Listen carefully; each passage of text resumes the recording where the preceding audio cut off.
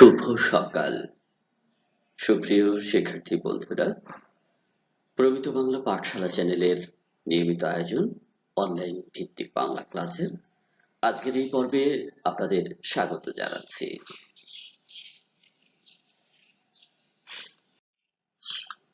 আপনাদের সাথে আছি আমি মোহাম্মদ লুৎফর রহমান।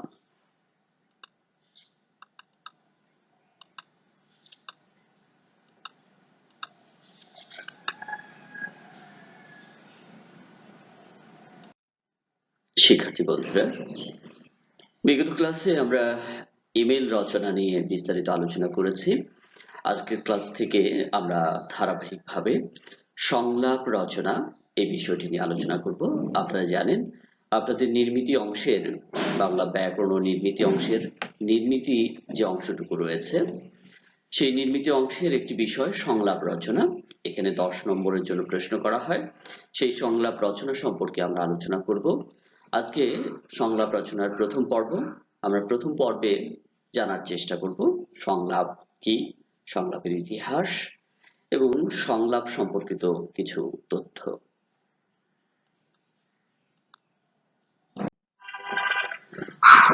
শুরুতেই সংলাপ শব্দের অর্থটা নিয়ে আমরা কথা বলছি। সংলাপ মানে হচ্ছে আলাপ বা কথোপকথন। ইংরেজিতে এই বিষয়টিকে বলা হয় ডায়ালগ বা কনভারসেশন।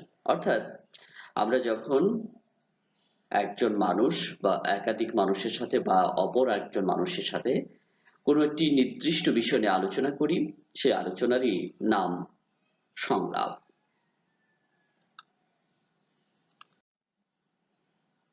সংলাপ আসলে আমরা যে প্রাত্যহিক জীবনে কথা বলি সেই কথাগুলিরই অংশ বিশেষ। কিন্তু খেয়াল করে দেখুন, আমরা যখন সাধারণভাবে মানুষের সাথে কথা বলি তখন সেই কথা অনেক সময় শ্রোতাদের আকৃষ্ট করতে পারে না। তাই সংলাপ যখন রচনা করব তখন লক্ষ্য রাখতে হবে সংলাপটি যেন সৃজনশীল হয় এবং সংলাপের দৃষ্টিভঙ্গিটি যেন সৃজনশীল হয়। তাছাড়া আমাদের উচ্চ মাধ্যমিক শ্রেণীতে পাঠ্যসূচিভুক্ত যে সংলাপ রচনা করতে হয় সেখানে কিন্তু সাধারণ সংলাপের সাথে আমাদের পাঠ্যসূচিভুক্ত সংলাপের একটা ভিন্নতা রয়েছে। অর্থাৎ আমরা দৈনন্দিন জীবনের সাধারণ কাজে একজন মানুষের যখন আরেকজন মানুষের সাথে কথা বলি সেখানে আমরা অত বেশি ব্যাকরণ সম্মত ভাবে কথা কিন্তু বলি না।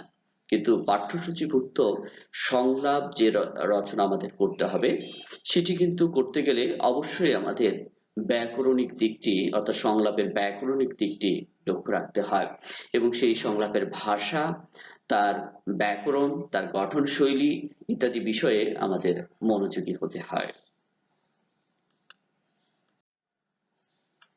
সংলাপের যদি আমরা একটা সংজ্ঞা নির্ধারণ করবার চেষ্টা করি তাহলে বলতে হয় নির্দিষ্ট কোনো বিষয় নিয়ে দুই বা ততোধিক চরিত্র বা ব্যক্তির পারস্পরিক আলোচনা বা কথোপকথনকে সংলাপ বলে। আর এই কথোপকথন পদ্ধতিতে রচিত সাহিত্যকর্মকেই সংলাপ রচনা বলে অভিহিত করা হয়। অর্থাৎ দুজন ব্যক্তি যখন কোনো একটি নির্দিষ্ট বিষয় নিয়ে আলোকপাত করবে সেই আলোচনাকেই আমরা সংলাপ রচনা বলে অভিহিত করতে পারি।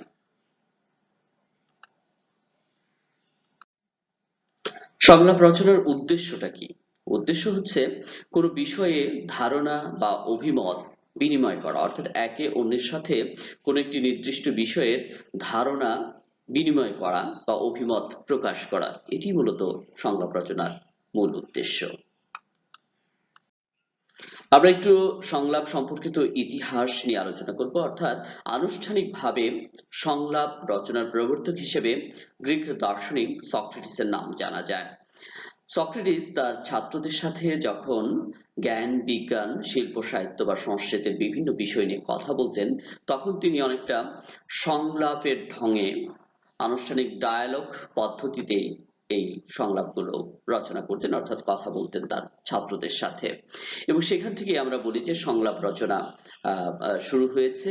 এবং এই যে সক্রেটিসের প্রিয় একজন ছাত্র প্লেটোই মূলত সংলাপ নির্ভর প্রবন্ধ রচনা করে খ্যাতি অর্জন করেছিলেন। অর্থাৎ তার যে রচনাগুলো রয়েছে প্লেটোর, রিপাবলিক বলে তার খুব বিখ্যাত একটি প্রবন্ধের বই রয়েছে। আহ, সেই রিপাবলিক গ্রন্থটি কিন্তু মূলত তিনি সংলাপ ভিত্তিতে বা সংলাপ রচনার ভিত্তিতে রচনা করেছেন, এবং এখানে দেখা যায় তিনি ছাত্রদের সাথে কথোপকথন ভঙ্গিতে এই সংলাপ করছেন বা আলোচনা করছেন।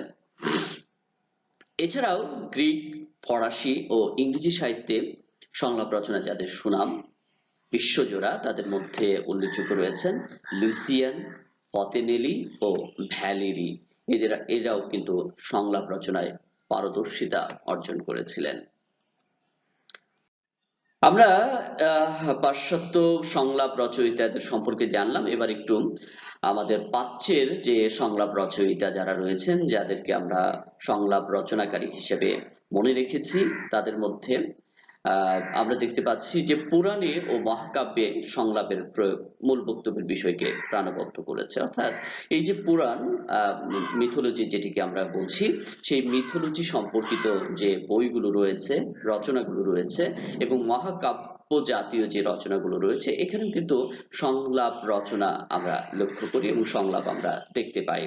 যেমন উদাহরণ হিসেবে বলতে পারি কালিদাসের, মহাকবি কালিদাসের, সংস্কৃত মহাকবি কালিদাসের কুমার সম্ভব, মেঘদূত, রঘুবংশ, এই যে প্রকৃতি কাব্যগ্রন্থগুলো রয়েছে, এই কাব্যগ্রন্থগুলো কিন্তু সংলাপ রচনার ভিত্তিতে রচনা করা হয়েছে। সংলাপের যে আদল, সেই আদলেই কিন্তু রচনা করা হয়েছে। বিশেষ করে আপনারা যদি মেঘদূত এই কাব্যগ্রন্থটি পড়েন, তাহলে দেখা যাচ্ছে যক্ষক মেঘের সাথে কথা বলছেন, তার প্রিয়ার বিরহে তিনি কাতর আছেন এবং তার প্রিয়া তার বিরহে কাতর আছেন।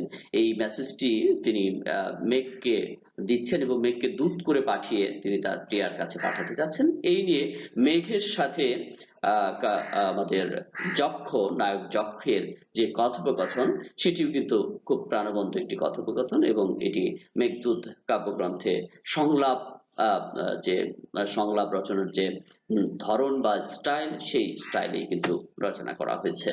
এছাড়াও আমরা বাংলা সাহিত্যের কথা যদি চিন্তা করি, তাহলে বাংলা সাহিত্যে মাইকেল মধুসূদন দত্ত তার মেঘনাদ বধ কাব্যে সংলাপ রচনা করেছেন, এবং অনেকগুলো কবিতাতেও আমরা কিন্তু সংলাপের মতো তার রচনা দেখতে পাই।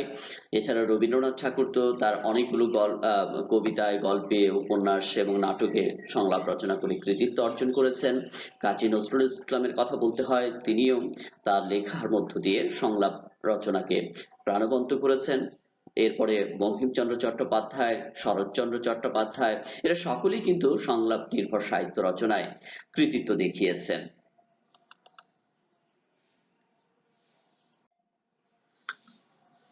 এবারে একটি প্রশ্ন মাঝে মাঝে এসে যায় যে সংলাপ কোন ধরনের সাহিত্যকর্ম। আমরা বলেছি যে সংলাপ সব জায়গায় থাকতে পারে, সেটি কবিতায় থাকতে পারে, গল্পে থাকতে পারে, উপন্যাস, নাটক, কিংবা কিছু কিছু প্রবন্ধের ক্ষেত্রেও কিন্তু সংলাপ থাকতে পারে।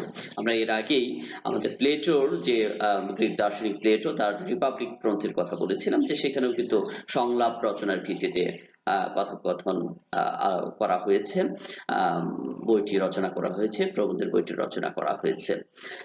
তবে এখানে আমাদের একটি কথা মনে রাখতে হবে যে নাটকই মূলত সংলাপ নির্ভর সাহিত্যকর্ম। অর্থাৎ একটি নাটকের মাঝে অবশ্যই যে উপাদানটি থাকতে হয়, সেটি হচ্ছে সংলাপ। সংলাপ ছাড়া নাটক কিন্তু রচনা করা যায় না। এই কারণে কিন্তু নাটককে সংলাপ নির্ভর সাহিত্যকর্ম বলা হয়।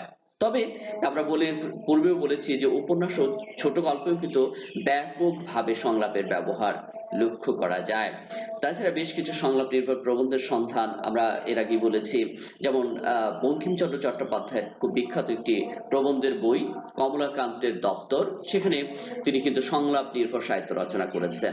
অর্থাৎ এই কমলাকান্তের দপ্তর বইয়ের যে প্রবন্ধগুলো রয়েছে, আমরা বলি কমলাকান্তের জবানবন্দি কিংবা বিড়াল, এই জাতীয় যে প্রবন্ধগুলো রয়েছে, সেখানে কিন্তু দেখা যাচ্ছে যে কথোপকথন যে রচনার যে স্টাইল, সেই স্টাইলেই কিন্তু এই কমলাকান্তের দপ্তরের প্রবন্ধগুলো রচনা করা হয়েছে।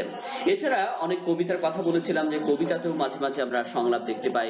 এখানে একটি কবিতার কথা যদি আমরা উল্লেখ করি, তাহলে সুফিয়া কামাল, মহিলা কবি সুফিয়া কামালের একটি বিখ্যাত কবিতা তাহারই পরে মনে, এই তাহারই পরে মনে কবিতা পড়লেও কিন্তু আমরা এখানে সংলাপ দেখতে পাই। এখানে দেখা যাচ্ছে যে কবির সাথে তার ভক্তের যে আলোচনা, ভক্ত তাকে প্রশ্ন করছেন, কবি সেই প্রশ্নের উত্তর দিচ্ছেন। এইভাবে কিন্তু তাদের মধ্যে একটা সুন্দর কথোপকথন রীতি গড়ে উঠেছে তাহারই পরে মনে কবিতার মধ্য দিয়ে।